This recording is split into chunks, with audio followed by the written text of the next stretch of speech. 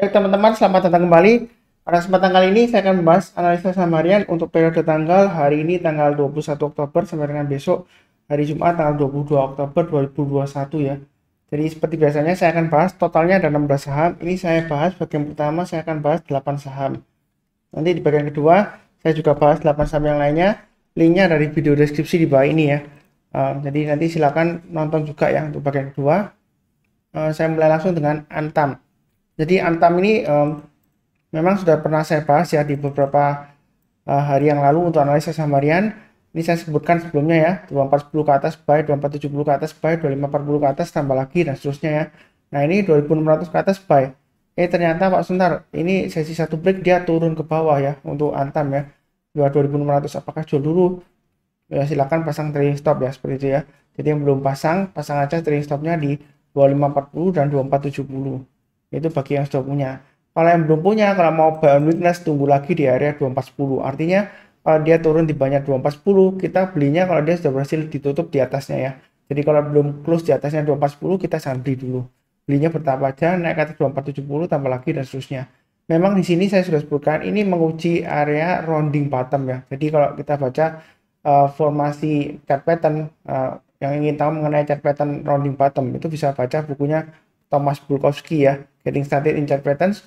Dia kalau rounding bottom, dia kalau berhasil breakout, maka target price berikutnya kita ukur aja kedalamannya ini ya, atau kemudian kita ukurkan ke permukaannya. Jadi kalau dia berhasil breakout ke atasnya 3630 ya, maaf 2630 ya, maka dia akan peluang untuk breakout ke atas 2730 dengan target berikutnya kurang lebih di 3100 ya di sini ya. Tapi garis-garis saya yang saya berikan ya itu sebelumnya saya gambarkan 2780, 2890, 3040 ya. Jadi paling tidak lah 3040 tercapai lah kalau dia berhasil breakout ke atas 2730. Memang di sini candlenya merah ya. Candlenya merah bukan berarti pas bakalan turun enggak ya. Seperti itu ya. Karena sebelumnya di sini dia bentuknya dragonfly doji, dia bisa naik ya walaupun merah ya. Memang dragonfly doji dia kemungkinan bisa naik lagi ya. Tapi di sini kita jangan terlalu takut resistance. Kalau resistance ya, dia sudah berhasil breakout ke atas, ini kan masih belum ya. Itu jangan ragu-ragu untuk tambah lagi atau buy up ya, atau average up ya. Karena dia masih ada peluangnya untuk membentuk resistance lagi yang di atasnya ya. Ini berikutnya resistance 2730. Jadi masih ada peluang. Kalau mau buy sekarang bagaimana Pak Sunat?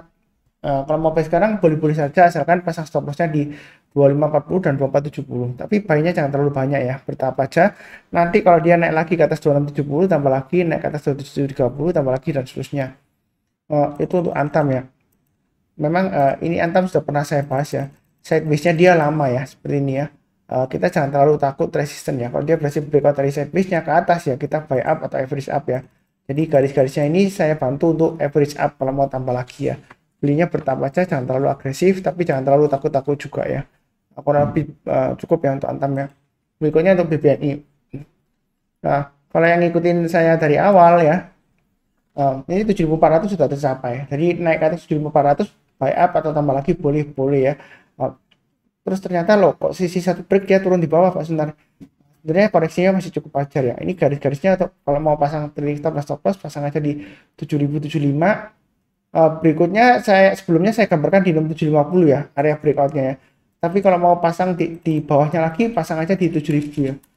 Artinya kalau dia sudah mulai koreksi di bawah 7000, hati-hati ya, pasang aja trailing stop ya. Jangan sampai kita profitnya sudah banyak dari bawah, kita nggak pasang trailing stop, kalau dia turun mendadak ya bisa saja profit yang sudah kita dapatkan hilang ya, seperti itu ya. Jadi memang kenaikannya masih memungkinkan ya, bahkan masih mungkin naik ke atas 7950 masih memungkinkan. Target Fibonacci extension 107,2% itu di area sekitar 7.778 ya angkanya ya. Tapi sekitar kalau dibulatkan sekitar 7.800 lah. Tapi target price saya kasih garis 7950 ya. 7950 saya tarik garis dari ini ya. Kalau kita mundur ke belakang ini kurang lebih area sekitar ini ya. Ini hanya di sini ya. Hanya 20 Februari ya 2020. Jadi kalau dia breakout ke atas 7950 bukan berarti wah kalau dia breakout ke atas 7950 dia bakalan turun lagi Pak Suntar, karena sebelumnya dia gagal. Belum tentu ya, target berikutnya masih ada di area 8975. Ini kurang lebih area Fibonacci extension 161,8% ya, dan berikutnya lagi di 9450 ya. Jadi sebenarnya untuk BBNI sih kenaikannya masih cukup bagus ya, seperti itu ya. Eh, Cuma katanya sih ya, singkat saya ya, dia juga ada rencana untuk right issue ya. Kemungkinan sih mungkin tahun depan ya untuk BBNI ya. Jadi kita lihat di sini, kita jangan terlalu agresif juga, tapi jangan terlalu takut ya. Jadi garis-garis sudah saya berikan sesuai dengan yang saya sebutkan ya. Pasang aja dari stop dan stop loss. Kalau naik lagi ya tambah lagi kalau mau average up atau buy up ya. Kalau mau buy weakness sebelumnya saya sebutkan area 6.400 masih tetap sama ya. Kalau misalnya takut beli sekarang ya tunggu aja di 6.400 ya. Itu untuk BBNI. Artinya kalau dia sudah berhasil rebound atau mantul ke atas 6.400 ya barusan kita beli. Kalau belum ya kita jangan beli dulu karena ada kemungkinan turun di bawahnya 6.200 ya dia bisa dalam sampai 5775 bahkan balik lagi ke area bawah ya. Jadi afternya masih bagus, kita jangan terlalu takut ya. Kurang lebih cukup. Berikutnya Telkom. Telkom hari ini breakout high lagi ya. Jadi saya sudah sebutkan kalau dia naik ke atas 3880 boleh tambah lagi atau average up. Hari ini memang nyentuhnya di 3880 ya pas ya. Nanti kalau dia breakout ke atas kalau mau tambah lagi silakan ya. Target berikutnya di 4000. Jadi kita jangan terlalu takut resisten ya. Ini sudah berhasil breakout ya. Pasang aja dari stopnya atau stop lossnya di 3800 dan 3720. Selama berada di atas 3720 dia masih ada cenderung untuk breakout ke atas 4000 ya. Jangan terlalu takut-takut. Memang dengar-dengar sih kenaikannya karena ada aksi korporasi ya, IPO anak perusahaannya ya. Di sini saya sarankan jangan terlalu istilahnya nggak fokus ya. Kita tradingnya di Telkom, kemudian gara-gara oh ini anak perusahaannya bakalan mau IPO, bakalan naik tinggi, belum tentu ya. Jadi kita jangan terlalu menyamaratakan ya. Berarti anak perusahaannya IPO dia akan naik tinggi, enggak ya, belum tentu ya. Kita pasang aja trading stop dan stop loss. Ini pasang aja garis-garis sudah saya berikan ya trading stopnya. Kalau yang mau buy weakness tunggu di 3640. Artinya kalau dia koreksi di bawah 3640, kita belinya kalau sudah berhasil rebound atau mantul ke atas 3640 baru kita beli ya. Kalau yang mau buy high sell higher silahkan. Kalau naik ke atas 3880 tambah lagi atau buy up atau buy ya yang mau buy high sell higher. Berikutnya setiap lipatan Rp20 dan Rp50 ya. Artinya kalau dia naik ke atas 3.900 tambah lagi, naik ke atas 3.950 tambah lagi, naik ke atas 4.000 tambah lagi dan seterusnya. Itu untuk Telkom.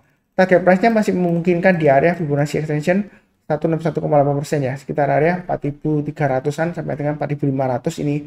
Kalau saya gambarkan 4.500 dari swing high yang sebelumnya di sini ya di 2019. Jadi uptrendnya masih cukup bagus ya. Kita jangan terlalu takut tapi jangan terlalu agresif juga ya. Ya yang penting ya yang normal aja lah ya. Nggak perlu terlalu serakah tapi jangan terlalu takut ya. Kalau mau buy high sell higher silakan, uptrendnya masih cukup bagus. Ini masih mendaki ke atas ya. Kalau misalnya takut ya buy on weakness atau beli bertahap, atau kalau masih takut ya pilih saham yang lainnya gitu aja ya. Berikutnya untuk BMRI. Ini Bank Mandiri memang uptrendnya masih bagus, cenderung dia masih melandai ya. Artinya misalnya dia masih sideways di bagian atas tapi jalur uptrendnya ini masih berusaha untuk breakout ke atas 7450. Jadi target kenaikannya masih bagus. Kalau yang sudah punya pasang aja dari stopnya di 7100 dan 7000. Kalau mau buy on weakness ya, kalau misalnya dia koreksi, ya saya nggak doakan koreksi atau turun nggak ya. Kalau dia turun di bawah 850, kita belinya tunggu kalau berhasil rebound atau naik ke atas 850 persen kita beli ya. Kalau dia belum berhasil naik ya kita jangan buy dulu. Ya, kurang lebih cukup ya. Kalau dia naik ke atas 7450 ya boleh tambah lagi buy up boleh ya. Setiap lipatan 50 atau lipatan 100 ya. Target berikutnya masih sekitar area 8000 ya. Ini sesuai dengan swing high sebelumnya ya. Sebelum masa pandemi dia bisa naik sampai 8000 ya. Jadi kenaikannya sebenarnya masih memungkinkan ya untuk BMRI. Kalau takut belinya bertahap aja, jangan terlalu agresif ya, santai aja. Resisten jangan takut ya, memang 7450 dia ini resisten kuat Pak Sunar. Dia berusaha tembus dia gagal turunnya dalam. Ya kita jangan terlalu takut. Yang penting kita sudah pasang di stop dan stop loss ya udah ya. Beres ya seperti itu ya. Kita jangan terlalu ambisi juga kalau belum punya banyak-banyaknya karena mau breakout resistance ya belum tentu berhasil juga ya seperti itu ya. Tapi belum tentu gagal juga ya. Yang penting ya ini garis-garisnya sudah saya berikan ya, ikutin aja. Setiap lipatan 50 7500 naik lagi ya tambah lagi, atau setiap lipatan 100 boleh ya terserah ya. Oke udah lebih cukup. Berikutnya untuk NATO. Jadi NATO ini sudah pernah saya bahas, area buy on weakness sudah saya sebutkan ya. Naik ke atas 580 silakan buy ya, yang mau buy ya, yang trading buy ya.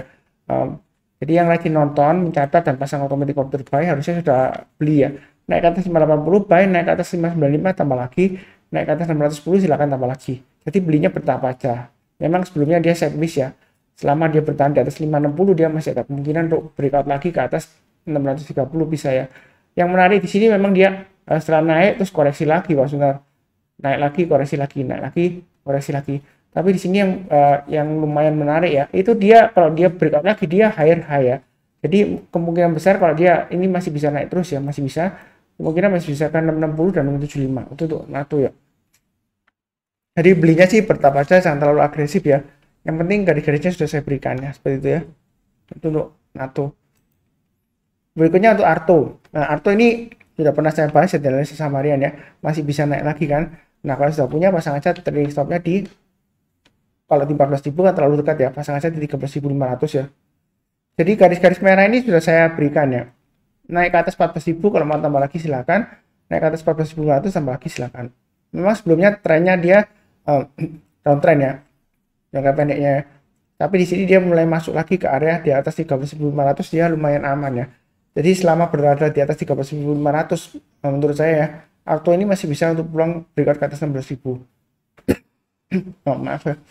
Jadi ada kemungkinan juga ini wait and see laporan keuangan kuartal 3 juga juga bisa juga ya.